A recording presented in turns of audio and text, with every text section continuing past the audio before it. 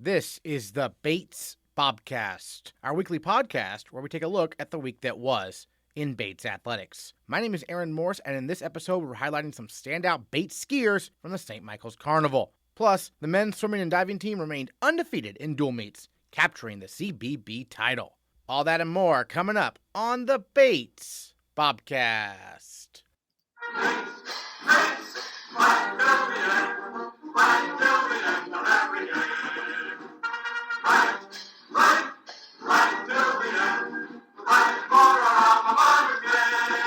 The Bates swimming and diving program held its only home dual meet of the season when the Bobcats took on the Bowdoin College Polar Bears Saturday at Tarbell Pool. While the women came up just short, the men prevailed to finish undefeated in dual meets on the year. 2 pool records fell, with senior captain Peter Corey breaking the Tarbell pool record in the 100-yard freestyle and junior Nathan Barry breaking the pool record in the 100-yard backstroke. A lot of Bobcats shined on Saturday, but senior Andrew Hall is our male Bobcat of the week, taking first in the 200-yard butterfly and second in the 100-yard butterfly.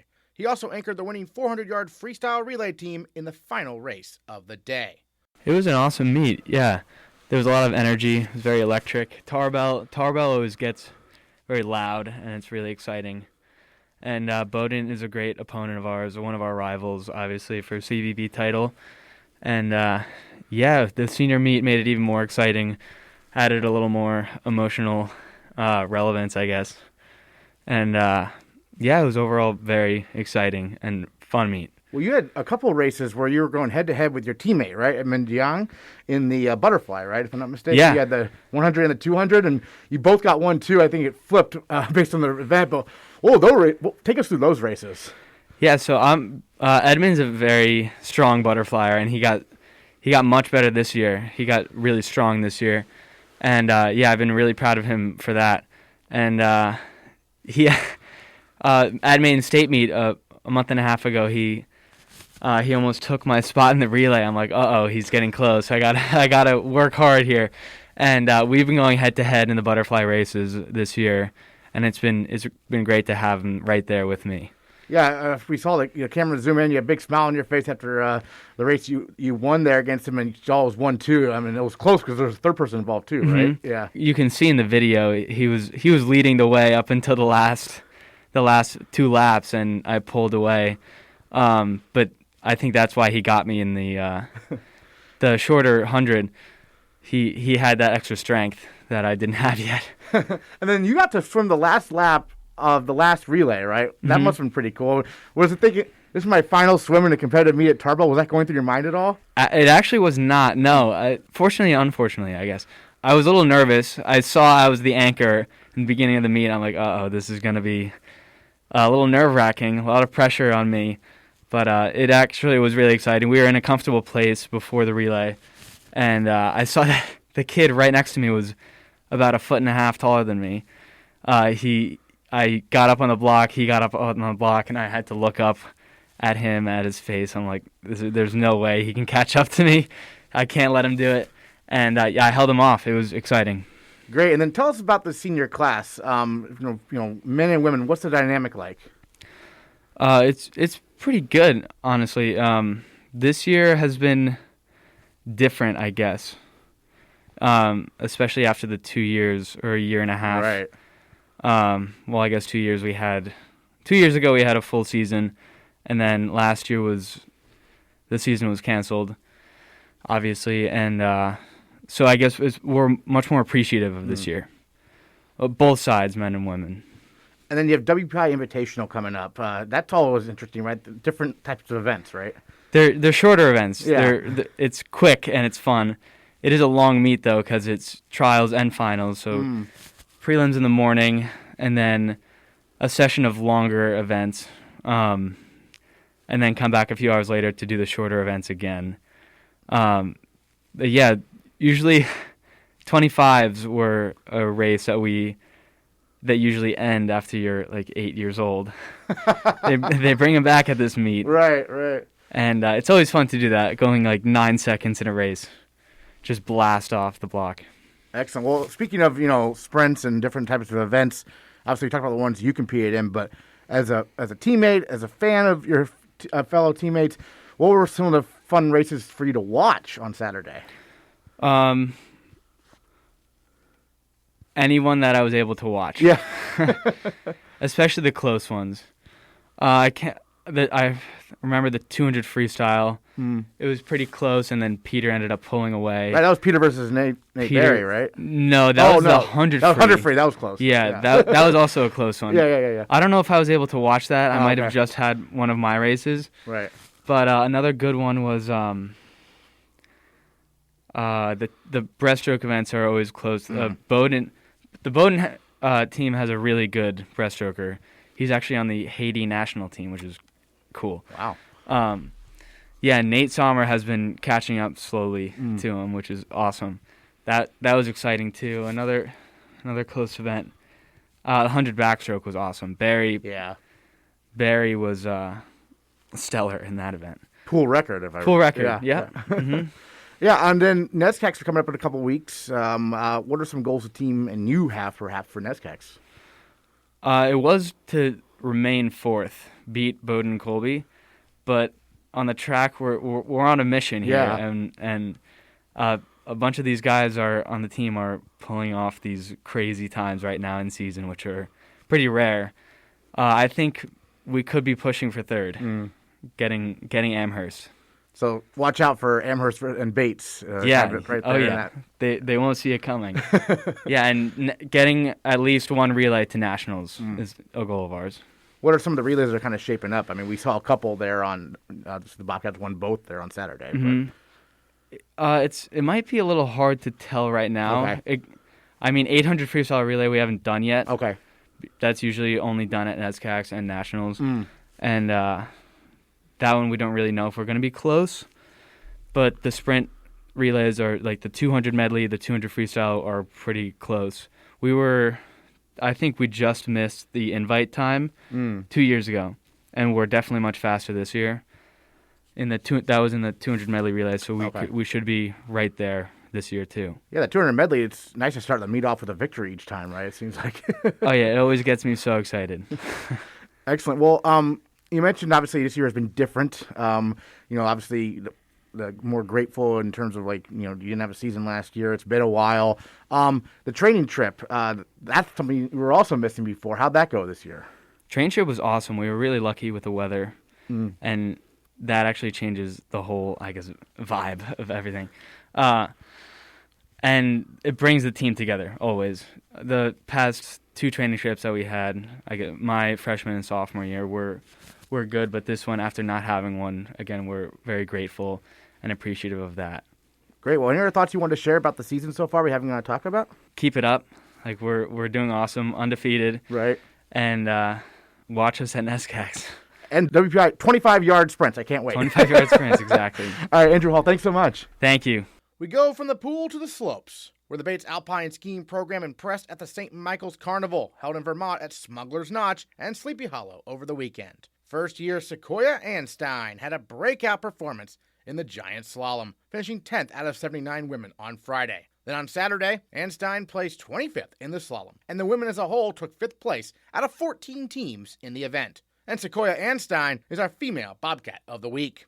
Well, at the Colby Carnival, unfortunately, I crashed in that race. That was a bummer. The conditions just were a little different. The snow was really hard and icy, so it was a little bit faster and more difficult to keep up with it. And then this weekend, I just wanted to prove to myself that I could do it. I knew I've been skiing good in training, and our coach advised us that if we wanted to do well, we needed to go for it first run, and that's what I did.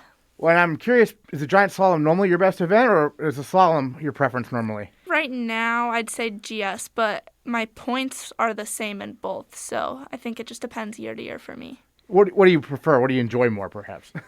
Right now, GS, probably because I'm skiing the best in it. Your first run, you obviously did really well. How much pressure does that put you on for the second run, in your opinion? Yeah, it was definitely hard because I know that I normally struggle with putting two solid runs together, so I just tried to copy everything that I did the first run and just know that the results are there, that I had the confidence to do it, and then I could just go and do it. Great. And then the next day, the slalom, top 30 finish as well, right? I mean, that's always the goal, right? Top 30? Is that fair? Yeah, top 30 is how you score college points. And so for the slalom, the next day, how was that compared to the first week? First week I wasn't in the points, but Okay. it was tough. Colby was tough. Their hill's a little bit more difficult. The snow was really icy and didn't have the best first run, but St. Mike's was a lot better. Wasn't top 30 after the first run, but the second run was able to finish and get in there. Tell me a little bit about your background growing up in Colorado, right? Steamboat Springs. You got a lot of Steamboat Springs folks at Bates. What's that like to have all those kids? Yeah, it's really nice to have some kids I've grown up with and know that I just have an automatic support system here. It's been great. Was it almost a group decision? Were you all looking at Bates? Did you talk about it growing up, or? Not really. I didn't know the other female on my team. I didn't know that she was going until I'd talked to one of the boys and was asking him if he thought I'd like it, and he's like, "Oh yeah, I just talked to Jaylee on the phone and told her that I think you guys would be a great fit." So Great. And then what made Bates the place for you, in your opinion, like when you were looking at colleges? Yeah, I was just looking to go to a smaller school, and I wanted to go out east, just be able to experience a little bit different skiing. What's the difference between skiing back home in Colorado and out here in New England? Well, it's definitely a lot colder out here, but the snow's a lot harder, so it's usually a better surface, and it's more equal opportunity for starting in the back. Yeah, a little sunnier and warmer in Colorado, but better conditions out in the east. And for those who don't know, skiers, you often take gap years between high school and coming to college. You took 2 gap years. What's behind that? What for each skier? Like, why is that so common, you think? Well, for me personally, I had a pretty big injury my first year fist, so it took me a couple years just to get my feet back underneath me. But yeah, I think it's just the sport's so competitive, so getting that extra year just to focus completely on skiing and not have to worry about school really is a great opportunity to improve. Well, so the injury, how did you work back from that? It was hard. I did a lot of PT and man, it was hard. A lot of time on snow, and then just really working on what I could do every day to make it better. Because I mean, obviously downhill skiing. I mean, it's you're going fast, and it's if you I mean, did it happen because of a crash, or how did that happen? Yeah, I was actually in Vail, Colorado for champs one year, and we were doing a training run, and the snow was super fast, and I just got sideways over a jump and landed on my ankle, and I ended up shattering my ankle. So coming back from something like that, it's harder physically or harder mentally almost? Both, Yeah. I'd say, because it was such a bad injury. I ended up getting 2 surgeries on my ankle, but mentally it was so hard because I was skiing so well, and it's just such a process getting back into it. And there was another girl on my team who had an injury, so it was nice to be able to chat with someone who's going through the same thing because it was very difficult at the time, yeah. So how great is it to be back on the hill and skiing fast here? Yeah, it's nice. It's been a long time coming. I'm excited to be able to get my feet back underneath me and have some good results. How would you compare the EISA circuit through 2 carnivals compared to what you were doing, competing when you were in high school? I did race carnival races, or what they're called on the East Coast, but in the West, it's called a FISU, which is like a university race. Yeah. Did a couple of those, but mostly just regular FIS races, which is against about like a little bit bigger field size, but not much college racers are there. It's more local clubs in Colorado. So how would you compare the competition, kind of?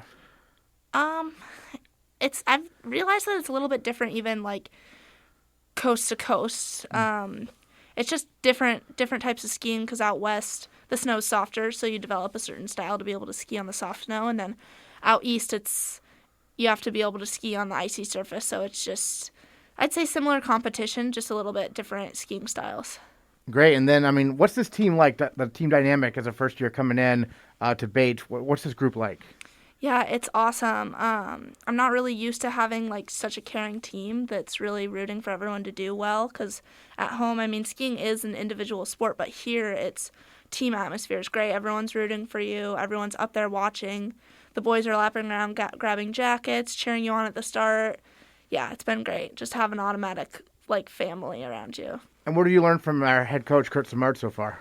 Kurt's been great. He definitely has helped me step up my GS skiing, giving me some pointers, and then just not putting pressure on us at carnivals, telling us that as long as we're trying our best, that's all he wants from us. He doesn't expect us to ski amazing every time. It's just as long as we're putting in all of our energy and effort, that's really what he likes to see from us. Growing up, how did you first get into skiing? I mean, I've talked to people before. They've been skiing since they were 2 years old. Is that the case for you? Yeah, it is. My parents, the local club at home, Steamboat Springs Winter Sports Club, just takes kids up. So my parents just threw me into it when I was 2, and then from then on, I just got into ski racing.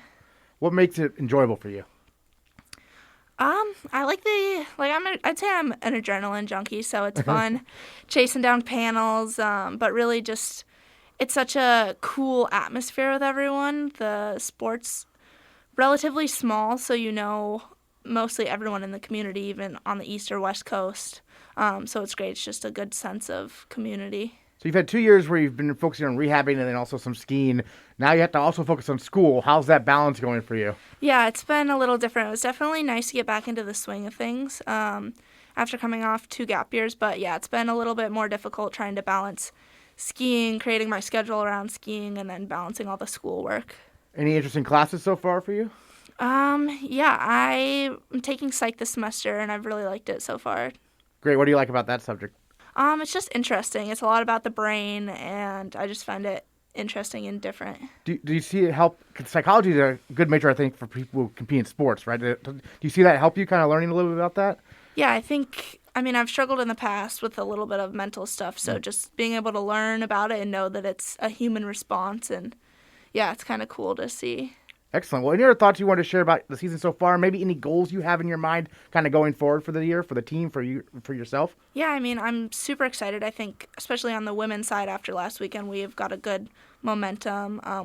Being 5th overall after the slalom was awesome, so I'm hoping that as a team we can just keep that momentum moving forward to the next carnivals. And then for me personally, I'm hoping just to keep improving with the GS, and then hopefully the slalom will follow too.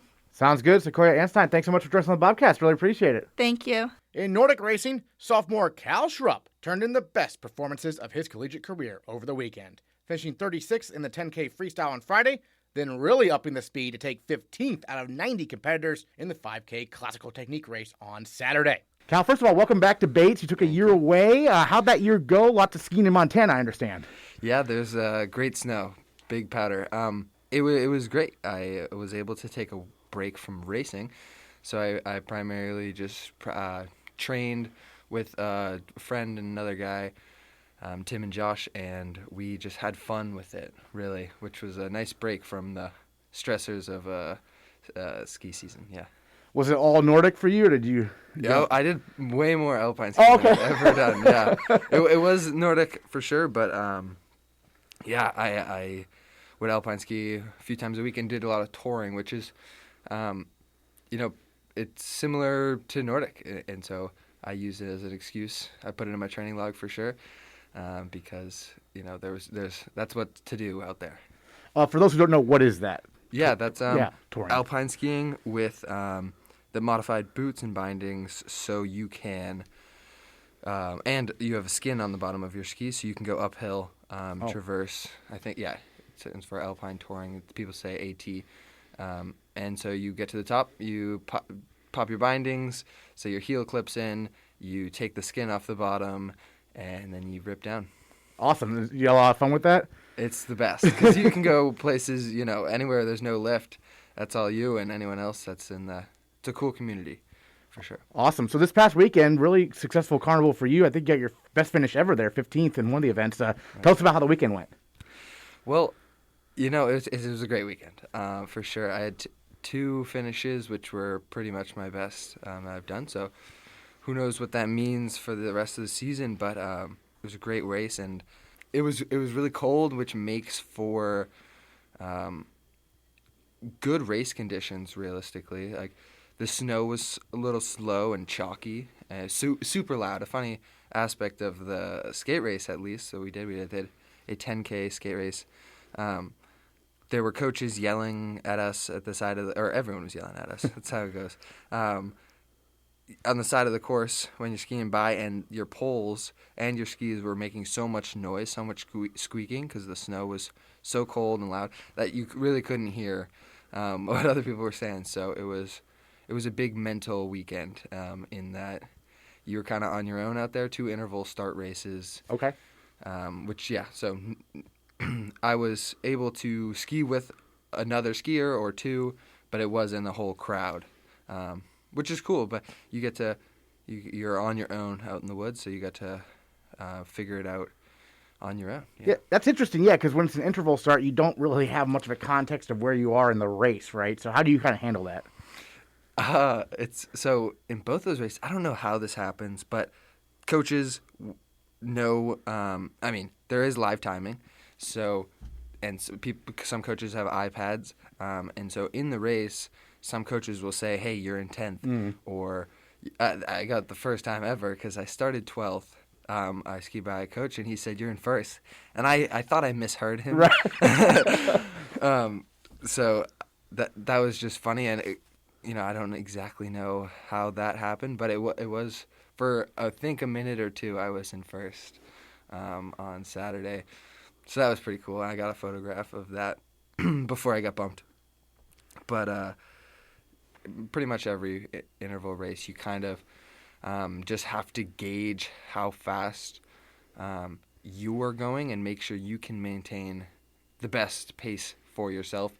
And then, the rankings aren't too incorrect. So if you really have your best race, you're going to be where you want to be. And that's however your level is, you'll kind of fall there. So after a year away, what's it like being back on the Bates campus and training with the team again? It's great. I mean, I was training with one other kid last year, so to have 20 kids, fellow teammates, it's awesome. It's we have a great team environment, and very encouraging, and it's awesome to see what other people are going throughout the season, and in a lot of positive ways and negative ways too. But that environment allows for a lot of growth that you wouldn't get otherwise, for sure. And so you mentioned Sleepy Hollow and the course and great conditions and whatnot. On the Carnival circuit, what are some of your favorite courses? I mean, you've only had 1 year, I guess, 2 years ago, but what are some courses you look forward to skiing? So I've never skied Sleepy Hollow. That is a great course. Yep. I think I would say that Craftsbury is a really good course. It's a really hard course. But what makes a good course for me is one which you're able to recover, aspect of skiing compared to running. That's what I really like is you're able to have the downhills to kind of settle down, slow your breathing, your heart rate. And that's really important in order to do a hour-long race. So both Waterville and Craftsbury have big uphills, big downhills, and it's not too much on. You don't have to do 4K kilometers all at once. Right. I'm curious. You mentioned you did some alpine skiing up in Montana, and it sounds like you enjoy alpine skiing. But what made Nordic skiing what sport you wanted to compete in? Mm-hmm. Well, I guess I've never considered alpine racing, but from a very young age, I'd say probably 1.5, I have been Nordic skiing because that's what my family does, and we live real close to a place where that's available. And then ever since I was able to race in kindergarten, lollipop races they're called, and saw myself competitive. That was really fun, and I had a group of friends that also trained with me, and so it was really no thought was went into doing it or not. It was just I was doing it. Well, you mentioned lollipop races. I think Maya Seckinger, who I interviewed a few times, an alum of Bates, a recent graduate, she talked about that, how, you get candy if you win, right, when you're a kid? Mm-hmm. It's not always lollipop. Okay. Sometimes it's better. You get a chocolate bar or a maple candy. I mean, they'll go crazy in Vermont. Yeah. Excellent. Well, what are you most looking forward to the rest of the year? What are some goals you have in your mind? Well, I think I tend to improve as the season goes and as far as results go. And right now I'm doing well, so I really hope I can maintain that. And as far as results go, I'm not too worried about where I will stand. I think that my training in the fall and the summer will be there, and so I'm not worried that I'm going to fall off the edge. But I do hope that I can keep this up because it's going well. I know the Nordic teams in the fall when there's no snow, obviously, you're training out on the street, right, a little bit? Yes. Yeah, tell us about that training.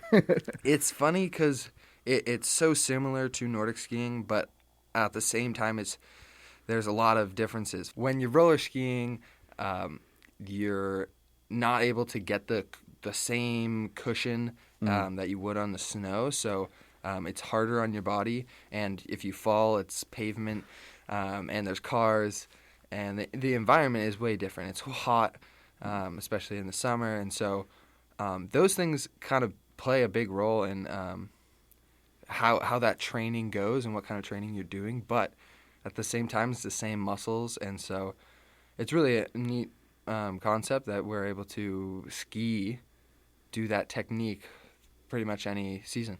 How do you balance that with like erg training? Yeah, it's nice to have an erg because it's a good break from being outside and exposed to whatever that is. Sometimes the road can be really shoddy, so you don't want to be crashing. The roads can be wet. Who knows what your timing is, but you can erg any time of the day. It's inside. You can do a 10-minute erg session, and that'll be something. Great, and then Becky Woods, James Upham, kind of a dynamic duo of coaches here. Becky's our longest tenured head coach, actually, an alum herself. What's it like working with them? They're so great. I couldn't. That's an understatement. But this season so far, they've been kind of on for a few months, and I don't know what they do behind the scenes, because they're always planning the new recruits for the next year, and they're planning out the training schedules and, among other things, meetings. And I know Becky is involved with a lot of leadership programs. But when it comes to showing up for practice and making sure we're all prepared and in the right place, they do it better than anyone else. Great. Excellent. Well, any other thoughts you want to share about the season so far? I mean, 2 carnivals in that we haven't gone to talk about yet? Well, there are a lot of kids on our team, or adults. No, they're not. We're all kids. They're very much not underdogs, but they're on the rise.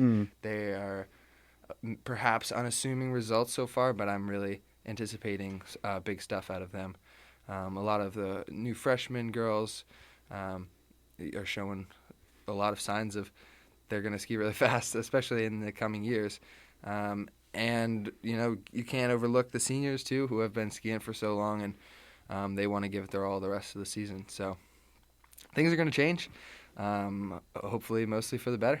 Yeah. Sounds good. Kyle Schrupp, thanks so much for joining the Bobcast. Really appreciate it. Thank you for having me. The track and field teams hosted the non-scoring Bates Invitational on Friday and Saturday against D1 schools UMaine and Bryant, as well as traditional rivals Bowdoin and Colby. On the women's side, junior Abbey Otterbein and sophomore Livy Kozik impressed in their first collegiate pentathlons. Otterbein won the 800 meters and Kozik won the high jump. Otterbein is excited to do a little bit of everything for the Bobcats this year, and she joins the Bobcast to look back on the Bates Invitational. Me and Livy went into it with really no expectations. We didn't really practice much of the events beforehand. We had about a week of practice, so going into it, we were pretty excited to flush out any of the nerves that we had. Well, were there any events you were particularly excited or nervous about? I was very nervous about the hurdles, but pretty excited about the shot put because that's what I trained in freshman and sophomore year. Yeah, so shot put, take us back to high school. When did you get involved in track and field, and when did you start, possibly being a multi-sport athlete? We said off air you've done it twice in high school, but also throwing as well. Yeah, so high school, I joined track my senior year, and then I did a post-grad year, and so I was able to do one more season of indoor before coming to Bates. So I haven't had much track experience, and I've done 2 pentathlons. So what made you decide senior year of high school you wanted to join track? I was playing basketball, and I decided I wanted something different, and track seemed like a good way to stay in shape for the spring lacrosse season, so I decided to join track. Okay, so you played lacrosse, basketball growing up. Any other sports? Or? Field hockey. Okay, gotcha. And so playing field hockey, basketball, and lacrosse throughout your entire childhood, basically? Or Yes. And so all of a sudden now you're in college doing track and field. That must have been unexpected, right? Definitely. That's where the post-grad year really helped me. So take us through that post-grad year. How did that develop you as a track athlete? I was able to get another indoor season under my belt and talk to the coaches here at Bates, get more times. What about Bates appealed to you? Why did you decide to come here for college? I really like the small school aspect of it. Liberal arts, definitely, too. So this is really only, your fourth year then competing in track and field, right? What's been the biggest learning adjustment for you in terms of collegiate track and field? Track's a big mental game. As it's such an individualized sport, it can be really hard to tone in and get past that mental barrier of getting on the start line by yourself and having it really be all up to you. Pentathlon, what appeals to you about it? I mean, obviously it's a challenge. It's a big challenge. It's exciting to do 5 events in one meet. It can be very tiring because that probably lasted 5 hours on Friday night. But it's fun to be able to use all different types of skills like throwing, jumping, running, everything. Yeah, so the 800 meters you won, was that a surprise for you, or? Yeah, it's always a surprise. Well, because your background's in more of the throwing, right? Is that fair, or? It's about, my background's more running, I'd say. Oh, it is, I okay. picked up throwing my first year because I had a pulled hamstring, so I wasn't able to run. Okay. And so the coaches decided you can still throw, so that's what I was able to compete in.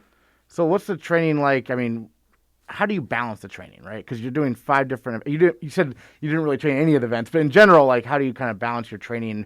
What do you focus on? You think for this year? So we basically do sometimes 2 sessions a day. Yesterday we did Monday hurdles, and then we did a workout after. Or Thursdays will be throw in the morning and a run in the afternoon. So that's pretty much how we balance it. We try to do an event every day. What are some of your goals you have this year? Like, looking forward towards the end of the season, like, what are some things you want to achieve?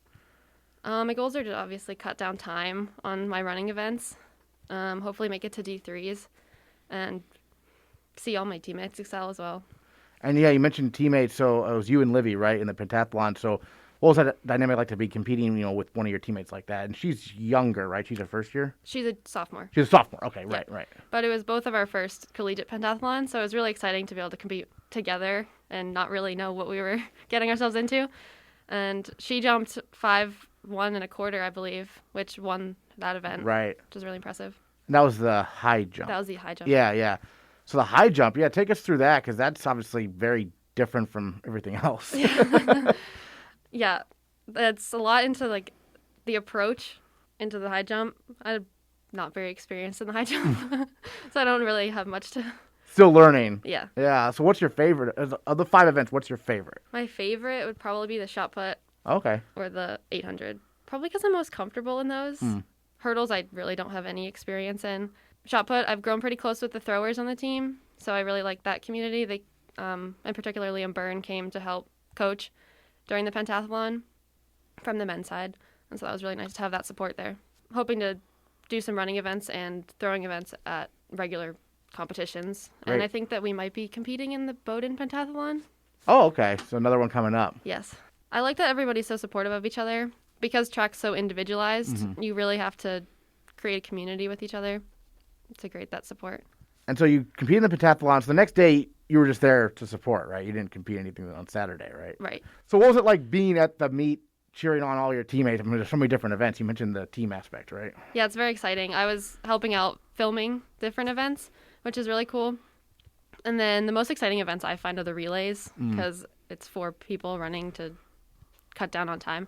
And it just gets everybody so excited and cheering for each other. Yeah, so what were some cool performances you saw on Saturday that stood out, in your opinion? On Saturday, Alice Cockerham in the 200 got a PR Nice. by half a second, I think, which is a lot in the Yeah. 200. I think this season's going to be really exciting. I'm just learning to get to know all the freshmen as well. Yeah. I came back from abroad from the fall. So coming back as a junior, not really having competed indoor is really exciting. Right, because what you said your first year you were injured, and so you didn't really get much of a season? Yeah, I Or- didn't run at all. My first running indoor event was last weekend Okay. in the 600. Nice. So you said you were abroad. Where'd you go abroad? I was abroad in Ireland. Okay, in Ireland. So did you get much track training in Ireland, or how did that go? Yeah, I joined the the society there for athletics. And so I was able to do training 2 nights a week. So what was that? Good. Yeah, what was that like? Who you were working with there? Or? They had a coach, so we were able to do some workouts. Very nice to be able to get to know some of the full-time students at Trinity, which is where I was studying, as well as stay in shape.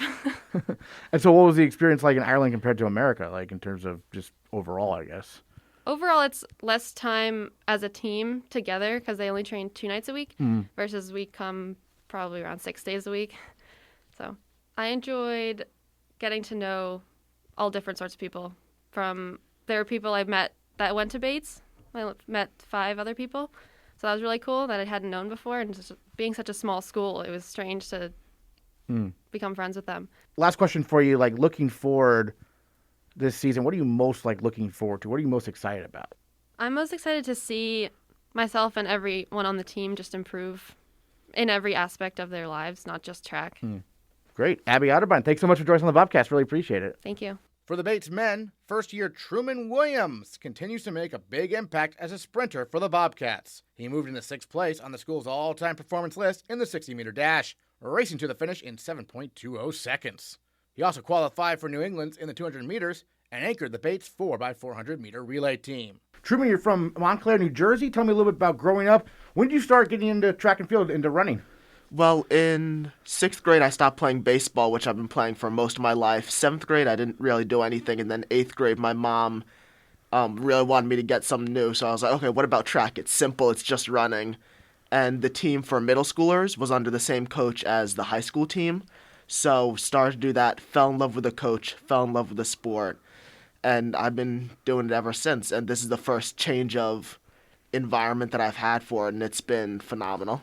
Yeah, I mean, in high school, was that mostly indoor or outdoor, or did both seasons? Both seasons. Okay. We'd start in November and go until June probably, usually. Yeah, very long seasons. Have you always been a pure sprinter or any other events? During fall for high school, our coach would have us do cross country, which was 5Ks or 2 miles just to get in shape, he'd say. I think he just wanted to have fun with us. But I've always enjoyed every event. I like to say that I have a time for every event through 55 meters to a 5K, and I can compare myself to anyone, and most times on the upper end of that spectrum, it's not that good of a comparison, but I still like to have an idea of how fast other people are. Certainly. So the 60-meter dash this past weekend, another top 10 all-time performance at Bates for you. Take me through the race. Obviously, it goes by in a blink, but... Well, for the prelims, I just had run on my mind. I knew that I was going to be in the second fastest heat, but I knew there would be sprinters who are my speed. And then once I got to the finals, I noticed I was a lot in my head when I was getting on my mark, so I put my hand up, I called off everything just to reset. I have a bad habit of just trying to get everything perfect. And I just need to, I know I've been doing starts since I was in 9th grade. I know what to do. I know how to do it. I followed my coach's plan. I did what I knew how to do. About halfway through, I noticed that's when I started to pick up on everything around me. Looked around. I saw, wow, I'm in this, opposed to being 4 or 5 meters back, and that was surprising. We crossed the line, and at Bates' track, we have a little scoreboard that says the times and everything. And I was going for a PR, and I got it by 0.05 of a second, which was really exciting. And you were going up against some Division I competition, right? What was that experience like? My coach told me just don't think about it because at our last meet in the 400, I ran against one of the top athletes in D3, and he just equated it to that as like, these people are fast. They're probably going to be faster than you. Try to be faster than them. We don't know. This was my first 60 since junior year of high school. I didn't know what I was going to do. So it was really just a toss-up and see how it was going to go. And it was really exciting to have my first 60, which is probably one of my favorite events at home track. Certainly. And then you also ran in a relay, right? Tell us about that. Yeah. So we ran the 4x400, which was the second to last event. Which was after the 60 finals and the 200. So I was pretty tired when it came to that.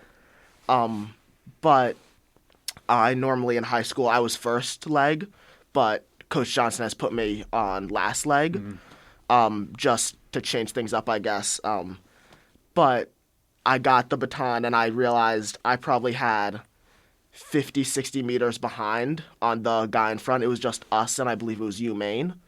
And I knew last time I ran the 400, I went out way too fast, so I knew I needed to pace myself.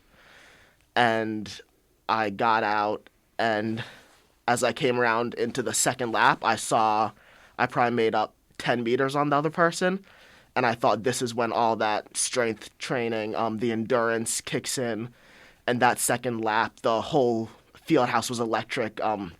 It's really exciting because in high school, there weren't athletes who would come onto the track, whereas now, like, people are in lanes 2, 3, 4, cheering for you. They're getting down. They're excited. And it's just so different. And I don't know if that's the level of people know who they are, like what they can and can't do, or if it's just more relaxed and people are more into it now. But it's so much more exciting because it's almost like you're running through a tunnel opposed to just like a barren track. And it makes you feel like everything is happening so much faster and everything's so loud. And it really invigorates you, and it's exciting. Awesome. Yeah, you mentioned about pacing yourself because in the 60, you're not pacing yourself at all. But in the so how do you make that mental adjustment, right? Because, like, you know, in the sprint events, you're going all out all the time, right? For the 400, I usually use the first 100 meters to get up to speed and just sense where I am in relation to the competition. And by the time I finished the first 100, I still couldn't see the person in front of me. So I thought I need to, and then the second 100 is usually a bit slower, me just getting into a pace, a rhythm. I was still pushing that second 100 this weekend, probably harder than I should have been, but I knew that it was the only way that I was going to get close to him. And then the last 200, it was all just trying my best not to slow down. And I definitely ran, I think that's probably one of my best 400s to date. Not even time-based, just strategy. And I've really learned how to use that electric feeling to give me that little boost. Excellent. Well, growing up in New Jersey, how did Bates get on your radar for college? What made this the place for you?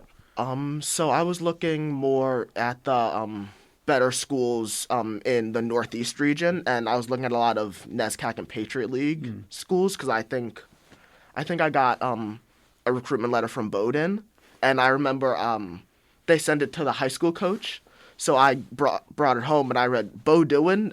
I've never heard the school. Right. And my dad said, "Give me that. It's Bowdoin, which is 6th best liberal arts school." So that put Bates on my radar. Never really looked at Colby. No offense. And I talked to Coach Johnson, and from the beginning, this was one of my top choices. I just fell in love with the school, and then at some point last year, like during the school year, we drove up to visit, 6-hour drive, and that really just sealed the deal. It was phenomenal. Well, and then Coach Johnson works a lot with the sprinters. So what's it like working with him? So my high school coach, we really we had our head coach, which was also the sprint coach. So it's really familiar with how Coach Johnson will focus on the sprinters for a lot of practice, but then he'll talk to the distance coach or the jumps coach or the hurdles coach about what they're doing. And it's nice to know that he has a vested interest in everyone on the team. And on Mondays usually we have a team meeting, which we didn't have yesterday because he had a meeting. So we're going to have it today. And it's nice just to have a massive team on the bleachers. It really makes us feel unified. Yeah, it's nice to have the head coach, someone who you work so directly with. And Coach Johnson, before the year when I interviewed him for the season preview, he mentioned that there's a lot of first-year sprinters in particular he's really excited about. So what's it like having this group of first years for you to compete against in practice, but also be teammates with, right? It's really exciting because in high school it was something very similar. Like it was a group of freshmen and upperclassmen, and the relation that I had with upperclassmen then isn't it wasn't as much a mentoring one. It was just, yeah, they're here. Whereas now I can rely on upperclassmen to show me the ropes, because I've been running for 5 years, but I haven't been running at this level at these facilities for 5 years. And it's good to know that if I'm ever lost, I'm ever confused, I can fall back on one of them and say, hey, what do I do? You're a history major. A lot of first years are undecided at this point, but why history for you? You knew this right away, it seems like. Both my parents were teachers. My dad at college in New Jersey, and my mom at almost every pre-college level. But when I was growing up, she worked at a middle school. She helped start. She was one of the founding 5 teachers there. So I went there when I was in middle school. She had since moved to 2nd grade, and the 8th grade social studies teacher was absolutely phenomenal, Mr. Jackson. I think he really shaped who I am today. And I've always said I want to do that for someone. I want to be their Mr. Jackson. And it's just, it's nice to have such an influence on me that I want to make people's lives better. I want to make people happy. I want to help them find who they are. And I feel like being a teacher is a really good way of doing that. Awesome. So you already have the career then in mind as well. Yeah, that's awesome. So far at Bates, what have the classes been like compared to high school and stuff? Since March of 2020, I've been all virtual at my high school. Right. Big high school, yeah. But it's been wonderful to be back in person. I think my first in-person class was my first year seminar with Professor Ashwell, and it was so exciting. Not because it was first class of college, but it was my first in-person class of almost 2 years. And just getting in there, sitting in there, I had a smile on my face. I just need to remind myself, okay, you're in class. You need to pay attention. You can't get overwhelmed by the fact, like, you're in school. You need to learn stuff, too. Excellent. Well, any other thoughts you want to share about, the season so far? It's a young season, a couple meets in, and any goals you have for the rest of the year? We're trying to go as far as we can. We have, like you said, we have good first years here. We have solid incoming. We have good upperclassmen. I think we have a big range of events. I think this is going to be a good year for the track team. Great. Truman, thank you so much for joining us on the Bobcast. Thank you so much for having me. The basketball teams both felt a toughs on Saturday, but the Bobcats get a chance to bounce back this weekend with the men visiting Colby and Bowdoin, and the women, who are 11-4 and 3-1 in NESCAC play, hosting their CBB rivals. We'll recap that action and more next time on the Bates Bobcast.